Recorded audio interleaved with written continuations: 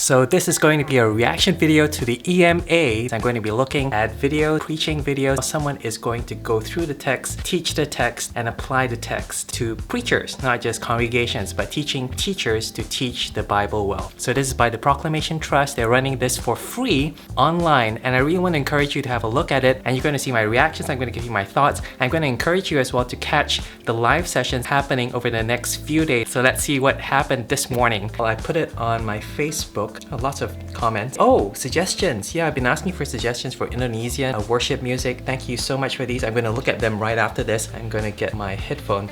So it's promoting the Cornhill training course for next year that's going entirely online. Wherever you are, you don't have to travel. You can do it online. Bible. Wow, this is so organized. I should copy this for Philip Project, making it available to more people. And it's starting word work. So someone from Manila, someone from Carla. Vaughn just prayed for us. We're looking at James chapter 2, verses 14 to 26. Interesting guy, three-piece suit, and he's standing in front of books. My goodness, it must be a library of some sort. Commentaries. I like that all Bible truth is applied truth. 54 imperative. James is a tricky book. Luther called it an epistle of straw. That's already really... Two things. Faith, they need to do works. These two things. Production value is incredibly good. Very visually engaging. Wow, I'm just impressed. Whoever is doing this behind the scenes, well done. Wow, divided up the text. 4 examples of faith. Armchair Christian critic, the demons, Abraham, Rahab. Wow, he's a pro. 2 negative and 2 positive examples. Fly. 5 minutes in, he's writing down the theme sentence. Don't just say you believe, do good works and care for the poor. I don't know if he's doing this on the fly or he's kind of rehearsed it. It looks really natural. Hats off to you, Nigel. That is so impressive. That's such a... Oh wow. Perfect illustration. Groups of students preparing to preach from the Good Samaritan. So they prepared the text, Good Samaritan, they're going to preach about the Good Samaritan. Along the way they walk and they'll see this guy who'd just been mugged. He's an actor, and apparently only 10% of these students stop to help him. What? That's done. 5 minutes, 6 minutes. Oh, there's more to go. So precise.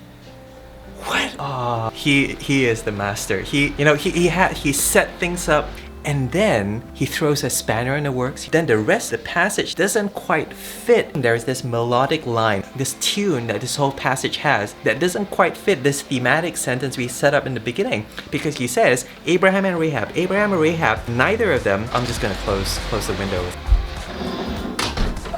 That's better. But he just said that Abraham and Rahab, these 2 examples, neither of them cared for the poor. It doesn't quite fit into this tune or this melodic line of the entire passage.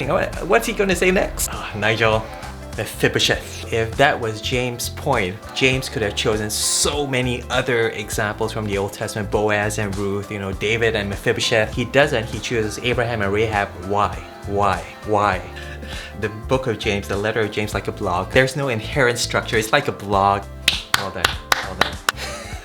Jumbled James. That's why he calls him Jumbled James. Oh, Nigel. And then he comes up with this twist. Preaching 101 says every book has this main idea, the melodic line. The big idea or the melodic line of each Bible book. By the way, that pause right there was just one sentence. There's this melodic line, this tune, like this song running through the book. And our job as listeners is to listen hard enough and long enough to be able to catch that tune. Okay, he's going to go through the entire book. Amazing graphics, by the way. Your IT guy is ace. So the end, the beginning, the main concern, the passage after, and the passage before. So the idea of steadfastness runs through the book in the beginning and the end. I'm with you, Nigel. I agree. Yep, we should be patient. We should be steadfast. Bookend. Oh, okay, alright. I never saw that before. Book ends again, beginning with steadfastness, ending with steadfastness. This theme of the prophet. So James is described as servant of God. In the Old Testament, that's how you describe a prophet. And it ends with Elijah. But that's new. That's interesting. That's cool. Beginning and end. Yep. Yeah. The Christian who's veering from the course. That's danger. That's the big problem, big danger that James is dealing with in the book. And the need is to bring him back. It does It does happen twice. I'm noticing all these things for the first time. That's great. This is so fantastic. Someone brings him back. I have to listen to that again. That was just... It's the responsibility of anyone, any Christian, if they see someone wandering, to bring that person back because we are family. So good. We are the Soul Salvation Society. Wanderers, something something, bringing back. Well, some of these ideas are actually found in chapter 1. Yep, the word can save your souls. Wandering and deceiving are the same words. Okay. So spot on. Is like the birds and the bees. Verse 15, the desire when it is conceived gives birth to sin. Sin when it is full grown gives birth to death. So there's this conception, gives birth to this baby, grows up into this killer.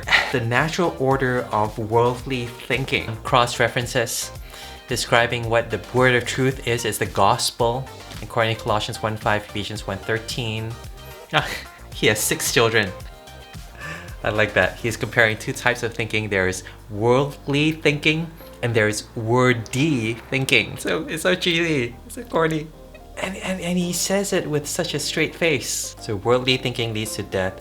Wordy thinking leads to life. You should do this on Sunday. Cool. What kind of faith saves from death or leads to life? Yep, that's a central concern. I like how he kind of scribbles. That's what I do with my Bible, but he's doing it on his iPad. And so the 2 destinations is either death or life. I'm tired.